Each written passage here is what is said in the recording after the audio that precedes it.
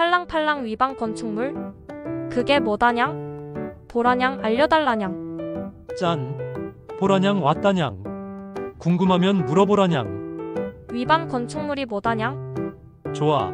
오늘은 위반 건축물 판별과 해결 방법에 대해 알려주겠다냥.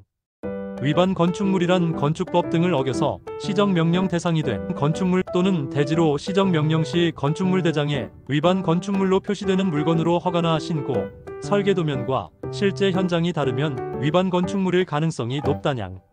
왜 허가나 신고 설계 도면과 실제 현장이 다르면 위반 건축물로 지정한다냥?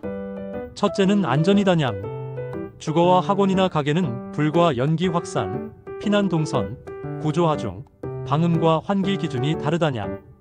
내력벽을 건드리거나 방화구획이 끊기면 화재 때 대피가 늦어지고, 주거로 바뀌면 가스와 전기 수요, 야간 소음 같은 변수도 달라진다냥. 둘째는 형평성이다냥.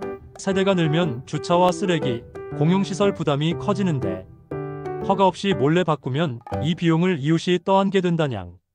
셋째는 도시계획과 인프라다냥. 도로와 상하수, 학교와 소방은 용도와 인구 밀도에 맞춰 설계되어 있어서 무단전원이 쌓이면 동네 전체의 계획이 흔들린다냥. 마지막은 행정관리와 세금이다냥. 용도가 바뀌면 세목과 세율, 각종 부담금, 보험과 검침 체계가 달라지니 공적장부에 정확히 반영돼야 혼란이 없다냥. 걸리면 어떻게 된다냥? 단속이 되면 원상복구 명령이 내려질 수 있고, 복구 전까지 이행강제금이 반복 부과될 수 있으며 사용 제한이 걸리거나 담보대출 매매가 막히는 부작용도 뒤따른다냥. 단속 여부를 확인할 수 있는 방법이 있다냥? 단속이 되면 건축물 대장에 위반 건축물로 등재가 되고, 정부24와 부동산 종합 공부 시스템에서 건축물 대장을 열람하면 위반 건축물 표기와 위반 내용 조치의 제의를 확인할 수 있다냥. 그리고 세움터에서도 허가 신고 이력과 위반 이력을 조회할 수 있고, 구청 건축과에 최근 단속 및 이행강제금 부과 현황을 문의하면 더 확실하다냥. 현장에는 시정명령서 스티커나 공지가 붙을 수 있고, 공동주택이라면 관리사무소가 관련 공문을 보관하고 있을 때가 많다냥. 그럼 건축물 대장과 세움터만 보면 안심해도 된다냥? 꼭 그런 건 아니다냥. 위반인데 아직 단속이 안 되어 건축물 대장에 등재되지 않았을 수도 있다냥.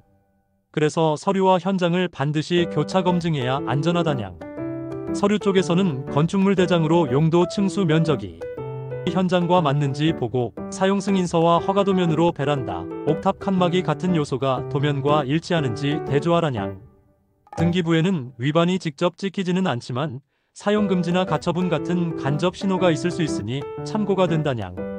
현장에서는 베란다 외부 확장, 옥외데크, 옥탑 창고 같은 증개축 흔적, 근린생활시설을 숙박으로 돌리는 식의 무단용도 변경, 내력벽 철거로 구조나 피난방화 동선을 해친 흔적, 주차 조경 1조 기준 미달, 계단 난간, 배연 소방설비 불일치 같은 위험 신호를 눈으로 확인하라냥. 단속에 걸리면 어떻게 해결해야 한다냥? 해결 방법은 두 가지다냥. 합법화가 가능하면 사후 허가나 용도 변경, 사용 승인 변경으로 절차를 밟는다냥.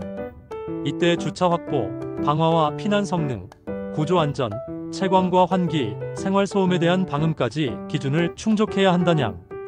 불가하면 불법 부분을 철거하고 복구해 허가 상태로 되돌리는 원상복구가 답이다냥. 어떤 경우가 위반 건축물이고 이를 어떻게 해결했는지 구체적으로 예를 들어 알려달라냥. 베란다를 외벽 밖으로 확장하고 난간을 바꾼 빌라가 있었다냥.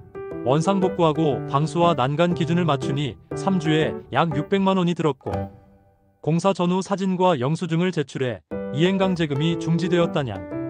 근린생활시설을 원룸으로 쪼갠 사례는 주차 기준을 절대 충족 못해 합법화가 불가능했고, 결국 원상복구로 6주에 약 2천만 원이 들었지만 빠르게 판단해 손실을 줄였다냥.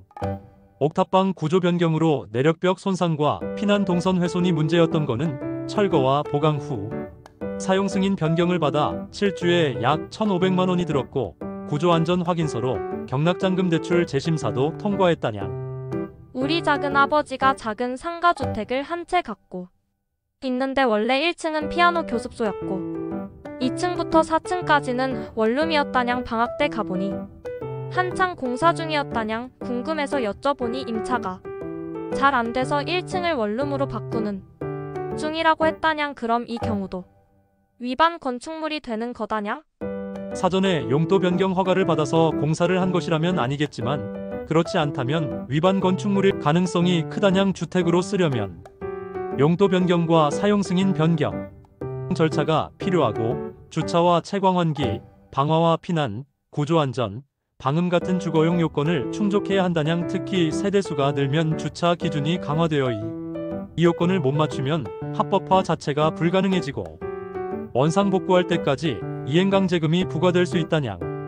위반 건축물 관련하여 경매 입찰자로서 유의해야 할 점에 대해 알려달라냥. 먼저 합법화가 가능한지 보라냥. 사후 허가나 용도 변경, 사용 승인 변경이 가능하려면 용적률 건폐율, 주차, 방화 피난, 구조 안전 요건을 충족해야 하고 건축사 설계와 필요시 구조 안전 확인, 민원 절차를 준비해야 한다냥. 불가하면 원상복구로 합법 상태로 되돌리면 된다냥. 이때 폐기물 처리와 안전 방화 성능 회복, 사진 영수증 같은 증빙 보관을 철저히 하라냥.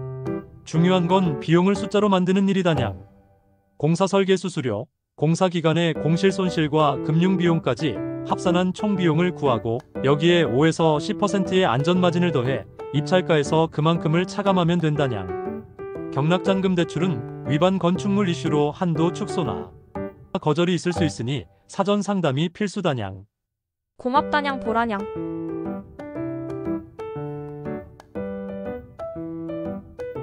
오늘 내용 도움이 되었다면 구독, 좋아요, 알림 설정 부탁한다냥.